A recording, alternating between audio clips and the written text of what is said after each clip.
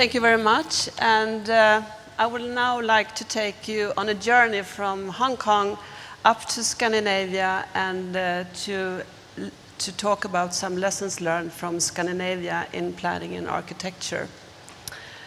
And this is the City Hall of Stockholm, and Stockholm is also the capital of Scandinavia. We live in a global society with parallel streams and accelerating development. And the key challenges of urbanizations are actually the same for many regions. It might be in a megacity or in another context. How do we create a sustainable city? A healthy city, one would say, an inclusive city, the troubles with gentrification, mixed use, equity gaps, difficulties with democratic zoning, but also the foundations for a sustainable city. We need a good leadership, and we do need a global mindset. The complexity. It is often interesting, I think, to look at a very simple model to understand complex model and relations. And this description could be also the structure of a society, from the most simple model, from the hunter-gatherer to civilization, but also to the Industrial Revolution. And it's a great leap and a model from what we have today, this hybrid model. And nobody in the 20th century could even anticipate this big social revolution that was brought on by internet and the social networks. And I think this has affected both politics and the society as a whole. And who knows, I mean, when Douglas Adams wrote The Hitchhiker, when he went from the Guide to the Galaxy, when he used this book that they could reach the rest of the world, that this would be true now. Another picture of this could also be changing the typology of our cities and urban areas. In early structure, where every town or village had its own governance, and today moving towards a more regional networking across borders, and in the future it will even go further on. And I think this is very true also for the form of cities, that they tend to grow more together and also lose their historical organization with a clear city center and the surrounding suburbs. And I think it's very unclear what implication this will have in the future. But we must understand that these driving forces, and we have to use them in planning correctly. This is a picture from the Stockholm Resilience Center, which is very well known for its research on governance of social ecological systems, with a special emphasis on resiliency, the ability to deal with change and continue to develop. And this is a representation of the 9 boundaries that they have developed. And those you could see in red are the ones that we are overusing, and that we are overusing the capacity of the planet. And the notion now is that now we have broadened that knowledge even to include the social sustainability and the economic sustainability, although we're not talking about that as much as ecological sustainability. In White, our model of working is to create sustainable architecture and planning. And to do so, we work in multidisciplinary teams, and we believe that the best team for each project is to involve not only architects, but also social anthropologists, artists, engineers, and we do so very early from the beginning. And I could also say that we use to practice an holistic approach very, very early to understand the complexity from the start. And this integration with different innovative solutions to create is good when we create even cutting-edge architecture, but also into very large projects. And this is actually how we worked in the project, How to Move a Question, Kiruna, is it even possible to move a city? This is a map of Europe, and you can see the red dot. Kiruna is the northernmost city in Sweden, and it is situated above the Arctic Circle in the province of Lapland. Kiruna has only 18,000 inhabitants, but is one of the largest cities based on the surface. And today, while I'm here, the sun is only up for an hour and a half a day, so it's very dark up there, but it's a lot of snow. But at the opposite, in the summertime, the sun will be up all day round. So it is a country of a great contrast. But this is also the area which the city has been built on. It has a long, long history of the Sami people, dating back as long as 6,000 years ago of evident settlement. And today there are challenges because the reindeer's paths conflicts with the city and the mine. And the city of Kiruna was actually founded in 1900, and it quickly became a very important seat for the iron ore, as Jörgen mentioned, and the extraction and the mining industry in Sweden.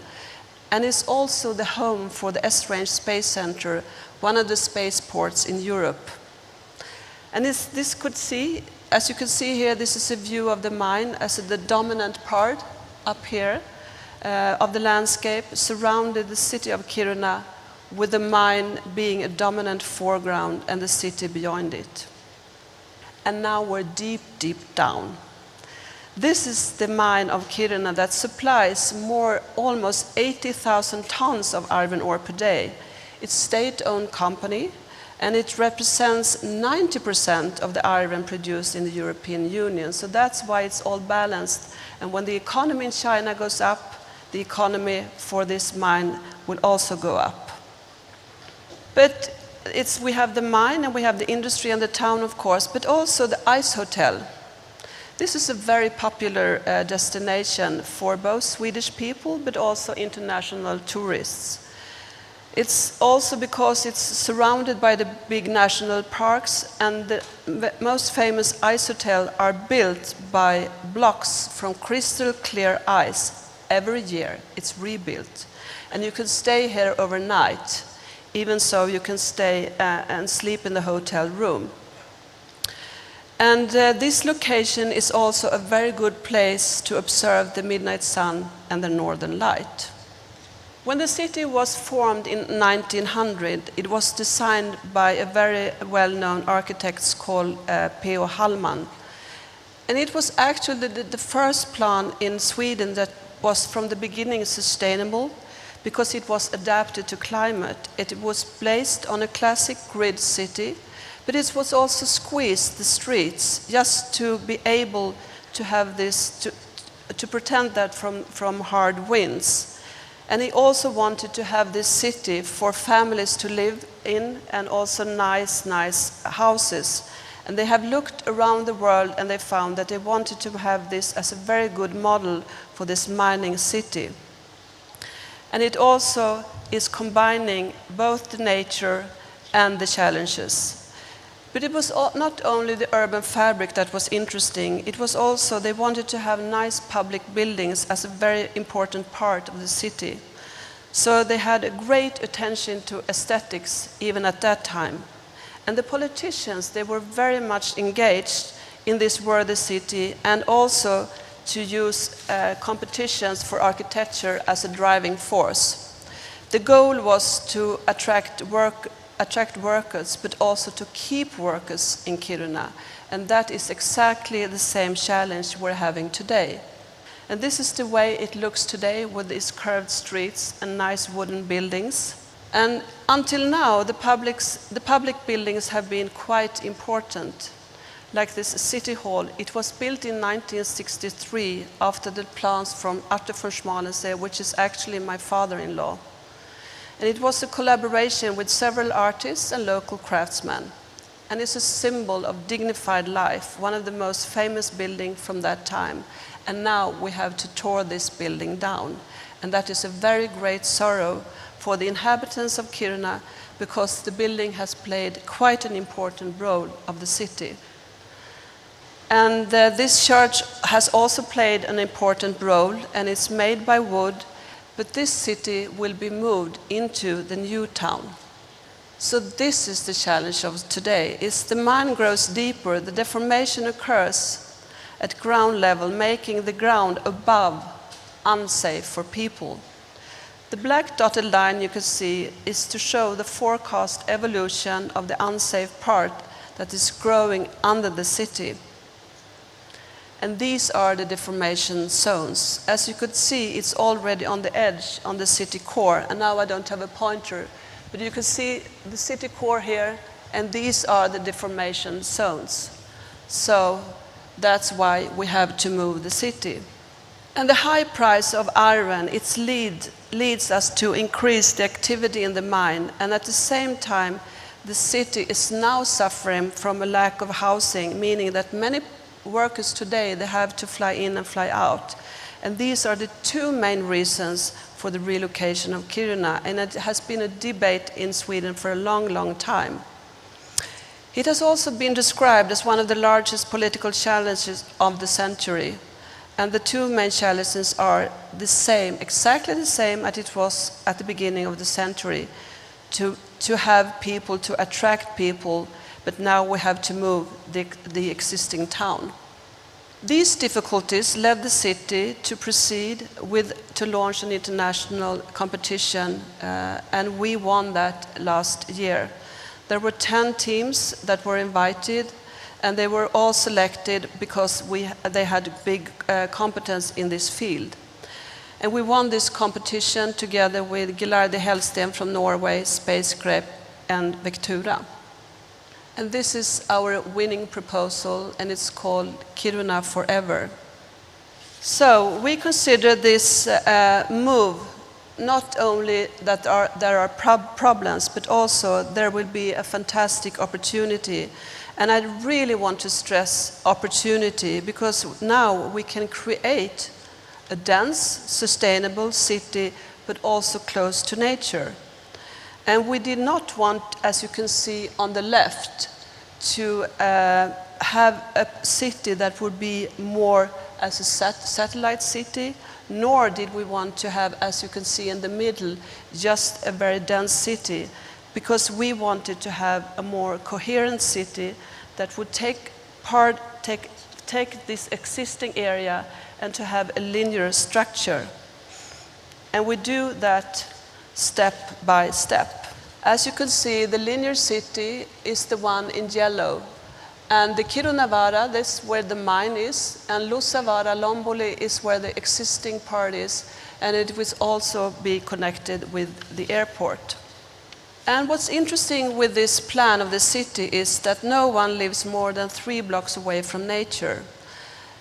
We did very, very early in this process, we worked in collaborations with citizens in Kiruna to really find out what they wanted, what kind of city would they like to live in. And we understood that people want to live closer to each other than they do today. They want to live in a dense part with meeting points, libraries, and other things, but they also want to live very, very close to nature. How can we combine that? Well, we can do that by defining natural spaces, but also to have a city not too wide, but very close to nature. And this is what it could look like. This is only 3 blocks away from the inner center. And when we did these interviews, and we also felt that in Kiruna, most people, they want to be very close to associations and to meet people, but they also want to be very close to the natures. And 2 out of 3 inhabitants in Kiruna, they use a snow scooter to get around, so that's why we have to build it this way. And they want to be very close to the nature. Again, this linear plan, extending from the former city center to the left in the image, the city is supported by the backbone of the public spaces, as they are shown here in red. Kiruna has the highest concentration of associations, and a lot of people in Sweden do go to different associations, but it's even more up here, and maybe because it is of the darkness that people want to meet and do things together. So there is a lack of meeting places, and that's why it's so extremely important to have that, and that the city of today is lacking of meeting places. As conditions, though, will change over the year and over the process, the city might need to take an alternative shape or even grow larger than we proposed from the beginning. Therefore, these public spaces will be nodes, and they will also be providing opportunities for extensions, maybe in other directions. But the most important part is the high street that is cutting this whole plan, and it's called Malmvägen, and that's very much the backbone of the city. The first place that is very important is the location of the town square. And it has to be integrated over time because the concentration of the city where people will travel back and forth, it also a meeting points and celebrations and gatherings. Our strategy was also to think about this as step by step. We propose a development where each public space become an anchor. As the city is gradually demolished from the west, the new public nodes are built as anchors going on the east. These are some of the key buildings, and as you can see, some of the buildings have been moved, such as the clock tower on your right, even the church. But most of all, the new buildings will be new, and that's why it's so important with public buildings from the beginning if you want to create a sustainable city. Our strategy are within 3 tools. That is a very important strategy. One is the dialogue, the second one is the BIENNALE, and the third one is the portal. These are tools to manage and to optimize the process, but also to involve stakeholders and citizens, and that will be a variety of contributors. This is interesting. This is how this dialogue once started, and that was not in a meeting in the city hall, it was outside. This is what we know, that people, they now gather at the store rather than going to the city hall. And that's one thing that we learned, that we have to understand what these citizens want. And what's most interesting is with this already existing city that now we can ask the citizens, what do you want?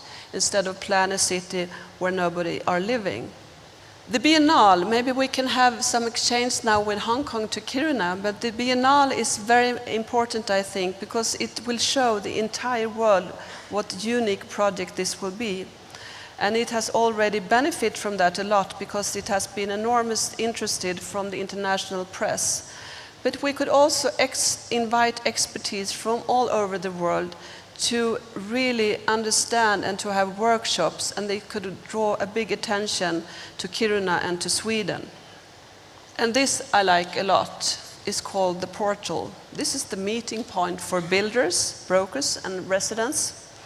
And this is where you can kind of share your memories and parts. You can bring out some parts from your buildings and it could be recycled. But it could also be a place where the dreams and vision can be created for the future. And we have already started with this, and I feel that these are the inhabitants of Kiruna. They really, really like this project a lot.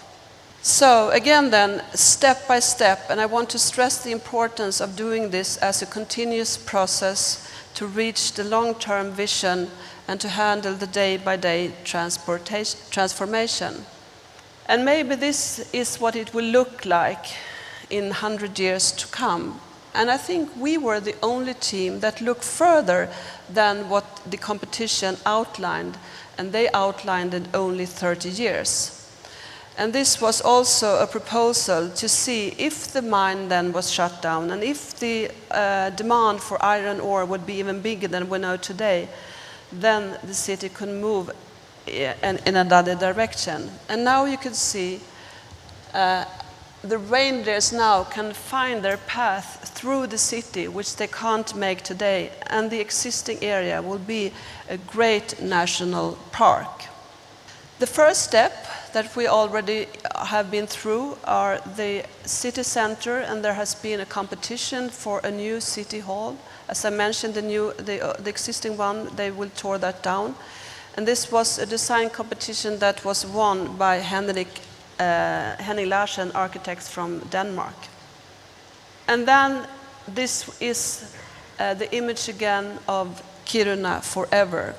But before ending this presentation, I would like to show some other projects that we have done, but also projects that are very, very important to drive the city forward. And it's interesting because we do need good architecture to drive the cities ahead. This was completed this summer, and it's the new arena in Stockholm. It's called Tele2 Arena, and it has been a driving force for the suburb of Stockholm. And I think this is interesting because even these kind of projects, we have to handle those with nice design. And this is the interior of the same project. And I think, as Jürgen was talking about this light of Scandinavian architecture, it's very, very dominant how we use the light, the daylight, into our buildings. Another example of that is up north, and it's the Build campus, and that, you know, this year Umeå will be the European capital of the culture. And this is in the artistic camp, and this is a museum, not as big as the one we've heard of today, but a small museum built in wood. But it's not only cultural buildings. I think housing are as important, of course, as cultural buildings. And this is a project we designed in the southern part of Sweden, and it's called Kogens Gränd. So, of course, these housing projects are just as important. As it is, and Jürgen showed some parts from our forest, and we live very, very close to nature, and this is a symbol that is marked for the national parks in Sweden, so we can recognize them every time we go out to the national parks. But architecture is about people, I would say. It's not only buildings, and we always create architectures for people to stay and to live in. And this is the outdoor sea bath outside Copenhagen. But it's also to taking the Swedish tradition a little bit further, and this is also a museum. It's a visitor center at the west coast of Sweden called Naturum. All this experience has taken us to win some more competitions, and this is one from Oslo, Promenaden, and you can see this is the pearl, it's a band of pearls, a collier of pearls, but also about places and how can you use the frontier close to the water as meeting places and to attract people. And this also brought us to New York, where we just won this open international competition for the storm-proofing Avern East in Queens, Brooklyn. It was an initiative from Bloomberg this year because he wanted to create a place that has been exposed for the storm Sandy 1 year ago. They launched a competition, and it has been a very big interest in that project. And our proposal said small mean great ends, and that provides the city to combine small interventions, not only to handle the surges of the nature storms and future storms, but also to promote economic growth and social development, because this is a very, very poor area, and also to integrate the already existing city with commerce, housing, and education. And I think this will be a great vision for Irvine to come. And of course, in this area, we also have to provide the New Yorkers, the people in Brooklyn, with good housing, social, affordable houses.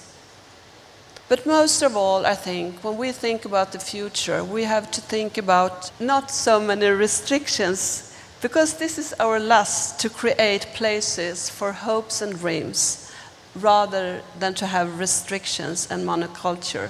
Thank you very much. No, it's a wonderful, wonderful presentation. Thank you so much. I really appreciate this idea of the slowness of things, and that the architecture often, in some contexts, is moved forward very, very rapidly. And the idea that something could unfold over 100 years is important in building communities, an important idea of building social sustainability as well. Could we take a question or two from the audience? From Monica? From Colin? Monica, I have a million questions, but I'll just ask three if I may. First one is, the amazing thing about your project is this surreal notion that this danger zone is spreading. What if it spreads even further? What if the scenario is not the recession of the steel industry, but the further exponential growth? What if the city has to move again? Are you far enough from the city or not? That's the first question. Very quick one. You showed this wonderful example of the ice hotel. Yes. But your civic buildings that you're proposing are solid buildings. So did you ever consider a nice city hall? You know, a city hall that vanishes and disappears in the summer. You know. Third question, you know, Hong Kong has created ice rinks because we have here, of course, this need for ice and for snow, and Lars is longing to see films of ski slopes and snow and so forth. Do you also suggest in your new city a microclimate in part of it? A piece where instead of having 1 hour of sunlight, you actually might get 5 hours of sunlight, or a tropical garden? Or is this also part of the agenda for your new city? That's it. Okay, I start from the end though. I think what's interesting though, when people, one could say when, you know, it's so hard to live up there because there's hardly no sun. One thing though is there's so much snow, so somehow it's even light, even in the winter time. And people, they wear good clothing, so they don't want to be, I mean, in a climate like this.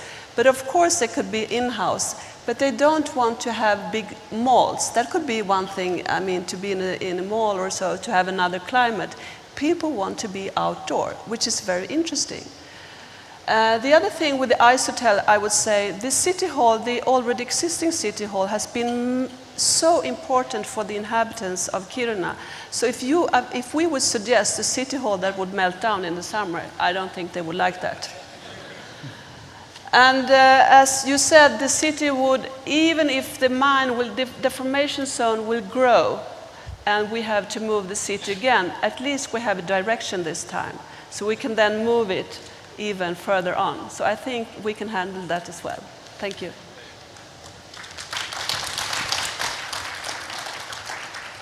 I think we have time for one more question. Here, please. The financing of moving a whole city, who's paying for it? Well, parts of it, the mining company, they have to pay that really, because it's owned by the state, and the Kiruna, the city, they don't have that much money. So some of it will be financed from the mining industry. But it couldn't be financed all the way through, so we have to attract people to move to Kiruna, because there is always also a lack of really, really good housing. I mean, those people living up north, they want a sauna, they want a garage for the snow scooter, they would have good quality. And the salary actually up in Kiruna for those people that work up there are quite high, so there is a demand for housing. Some of it will be paid from the mining district, from the industry, but we also have to create a really, really good place so that people can move there. These are really wonderful communities that you're building, and I think we all appreciate that, and really this sense of sustainability across the spectrum. Thank you very much. Thank you.